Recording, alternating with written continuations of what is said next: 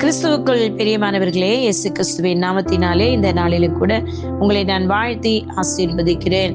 ஞானம் உள்ளவர்களாய் இருங்கள் என்று இந்த நாளில் வேத பகுதியிலிருந்து உங்களோடு கூட நான் பேச விரும்புகிறேன்.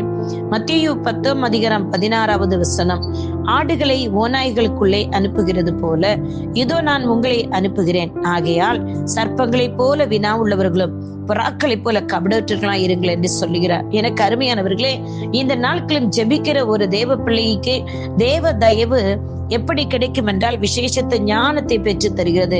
அந்த விசேஷத்த ஞானத்தை நம் பூமியில் வாழ்வதற்கு மிகவும் அவசியமாய் காணப்படுகிறது. அந்த விசேஷத்த ஞானமும் தேவனுடைய சமூகத்திலும் தான் நமக்கு கிடைக்கிறது. இன்றைக்கும் தேவன் இங்கே சொல்லுகிறார், அதாவது தேவனுடைய ஜனங்கள், குறிப்பாக எல்லாரிடத்திலும் நல்ல நட்புடன் பழகுகிற ஜனங்களை பார்த்து சொல்லுகிறார், நீங்கள் எப்பொழுதும் எப்படி இருக்க வேண்டும் என்று அவர் நம்மளை எச்சரித்து இந்த வசனத்தை நம்மை சொல்லுகிறார். சர்ப்பங்களை போல வினாவுள்ளவர்களாகவும் புறாக்களை கபடற்றர்களாக இருக்கும்படி கர்த்தராகிய இயேசு நமக்கு இதில் அறிவுறுத்துகிறார். உலகம் நமக்கு விரோதமாக பொல்லாதது செய்யும், தீங்கு செய்யும், தீமை செய்யும். அதற்கு நீங்களும் பதிலுக்கு நீ பொல்லாதவனாகவே மாறிவிடக் கூடாது. பொல்லாப்பை பொல்லாப்பால் நான் ஜெயிக்கலாம் என்று நீ சொல்லக்கூடாது. அந்த பொல்லாதவர்கள் மத்தியில் நீ என்ன செய்ய வேண்டும்?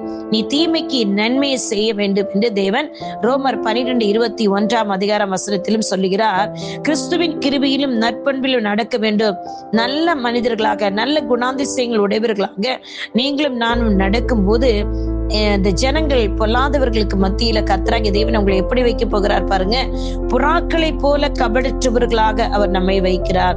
அந்த புறாக்களை போல கபடற்றர்கள் இருக்க வேண்டும் என்றுதான் தேவன் வலியுறுத்துகிறார். பாருக்கு, சண்டை போடாத, சச்சரவு போடாத, பழிக்கு பழி வாங்காத என்று தேவனாகிய கர்த்தர் சொல்லுகிறார். இன்னும் பார்த்தீர்கள் என்று சொன்னால் இயேசுவின் அடுத்த அறிவுறுத்தல் என்ன நமக்கு இன்றைக்கு சொல்லுகிறார்? தேவ தயவு பெற்று நம் ஞானத்தோடு எல்லா கருத்து செய்யும்படி அடுத்த அறிவுறுத்தல், சர்ப்பங்களை போல வினா உள்ளவர்களாய் நீங்கள் இருக்க வேண்டும் என்பதே ஆகும். இந்த உலகத்துல நம் புத்திசாலித்தனமாகவும் விவேகமாகவும் இருக்க வேண்டும் கண்டிப்பாக.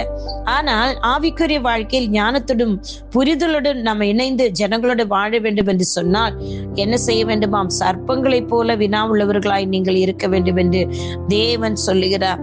இந்த நாட்களில நீங்க ஆவிக்குரிய வாழ்க்கையில் இருந்துகிட்டு நம்ம எல்லாம் சரிப்படுத்தலாம் பார்த்தா ஒரு பாகத்துல தான், அது ஒரு சைடு தான் சரியாகிறது. ஆனால் விசேஷத்த அறிவையும் புத்தி ஞானத்தையும் கர்த்தருடைய சமூகத்தை பெற்றுக்கொண்டு சொன்னார், ஆவியானவர் நம்மளோடு கூட இருந்து இணைந்து அந்த காரியங்களை சத்துருக்களுக்கு முன்பின்று நம்ம ஜெயம் எடுக்கவும் சத்துருக்களை மேற்கொள்ளவும் தேவனாய் கர்த்தர் நமக்கு உதவி செய்வார். அதுதான் புறாக்களை போல் கபடற்றிலும் பாம்பை போல் வினா உள்ளவர்களாய் இருங்கள் என்று சொல்கிறார்.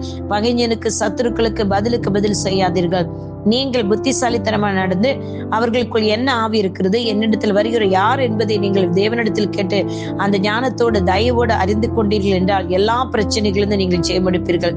கர்த்தர் தாமே இந்த நாட்கள் இந்த வசனத்தின்படி தேவனுடைய பிள்ளைகளை நீங்கள் இப்படி நடந்து கொள்ள வேண்டும் என்று தேவன் விரும்புகிறார். இன்றைக்கு நீங்கள் நம்ம ஜெபிக்கலாமா? இயேசுவின் நாமத்தில் பிதாவே, இதை கேட்கிற ஒவ்வொரு பிள்ளைகளும் இந்த விசேஷத்த ஞானத்தை பெற்றுக் கொண்டவர்களாக அப்பா, மற்ற மனிதர்களோட சண்டை சச்சரவு இல்லாமல் கர்த்தாவே அமைதலாய் போகிறவர்களாகவும் வரும் காரியங்களை முன்னமே அறிந்து கொள்ளக்கூடிய விசேஷத்த அபிஷேகத்தையும் கர்த்தர் கொடுப்பீராக.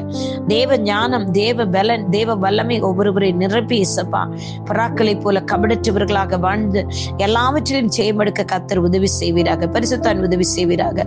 இயேசு கிறிஸ்து நாமத்தில் பிதாவே, ஆமேன். God bless you all. உங்களே சகோதரி இவாஞ்சலிஸ்ட் ஷீலா ரொசாரியோ. ஆமேன், ஆமேன், ஆமேன்.